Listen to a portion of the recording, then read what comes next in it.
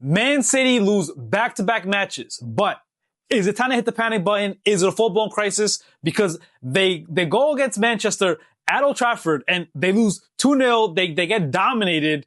And then you'd think that against Bodo Glimt in the Champions League, this is a get-right spot. This is the type of match that Pep Guardiola would definitely dominate, and you'd expect that Man City would show some sort of reaction, show some life after losing, but that's not what happened. Instead, City lose 3-1.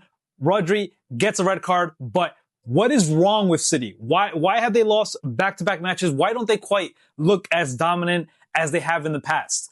There's definitely been a lot of talk about this Man City team. It's got a lot of injuries, right? That defense is shaky. It's not dominant anymore. And it really comes down to is that they are missing a lot of key players, but they haven't quite been able to get Haaland going. He's hit a slump. But the real issue is Haaland has now gone 8 games without a goal from open play. So he had that one goal as penalty kick, but he's not scoring goals. And he did start off the season pretty hot though. He does have 20 goals in 22 Premier League matches. So Haaland is still the best striker in the world, unless you think Mbappe is, but Haaland is still the best. But what is really going on is they're not servicing him. So they can't get Haaland to score goals. And the defense, they're not able to push that ball forward. And now that's what we're seeing is this Man City team, it looks human now.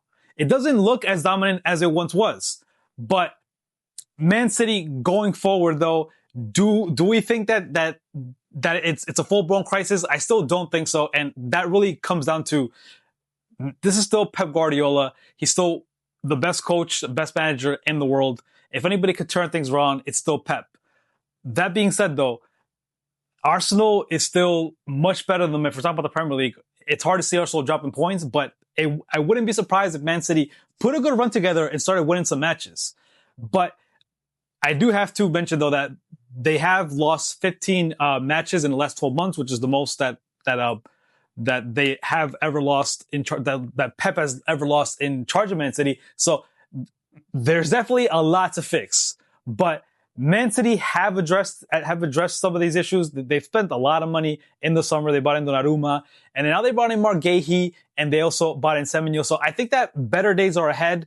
When they start integrating these players more, we'll start seeing them get some results. But if you're really thinking about why exactly has Man City been struggling so much, I think what it really comes down to is that Julian Alvarez and Kevin De Bruyne, those are 2 players that they haven't quite replaced, and they were just really good, and they could just service Haaland much better than what he's currently getting. And although City does have a lot of stacked players, they're just not on the same level as KDB was and Julian Alvarez. It's just not the same thing. And that's really what it comes down to is that they're not getting those brilliant moments, and the depth is not there. If you recall when Man City were going on runs, sometimes Haaland was being rested, and then you had Julian Alvarez coming off the bench. He was just scoring goals. And you don't have that. Haaland has been overplayed. I think he's logged like 4 more hours than everybody else on his team, and he's played so many matches. He hasn't gotten a lot of rest. And part of that is because there's really nobody else that could replace what Haaland does. There's no one else on that team that could do what Haaland does. So Pep Guardiola is playing him more and more. And Haaland's tired. He's exhausted. He just can't score more goals.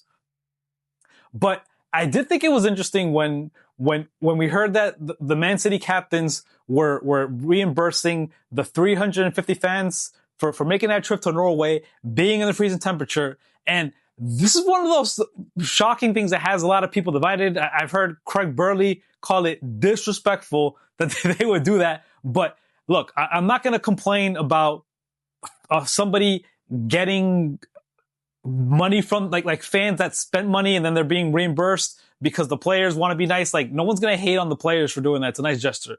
That being said, though, I don't think it was necessary. I don't think that they needed to do that. It's nice, but they need to produce on the field, and that would make the fans happy, is that Man City can actually turn things around if we actually see a reaction in the next match, because they are playing Wolves in the Premier League. They are home. Wolves haven't lost in 4 games. Wolves is arguably was one of the worst Premier League teams that we've ever seen. At least that's the direction they were heading, but they've kind of started to turn their ship around. But then you got a Man City team who's going to be home and is desperate for a win. So it's going to be interesting to see if Man City can turn things around, because so far there's too many issues with this team, and they lose to Man United, giving Michael Carrick that victory, and then they go against Bodo and then lose again. And it's just like, how many more matches can they continue to lose before we start calling a crisis? But what are your thoughts? Are Manchester City in an actual crisis, or will they be able to turn things around? Drop your thoughts in the comments. Don't forget to like and subscribe.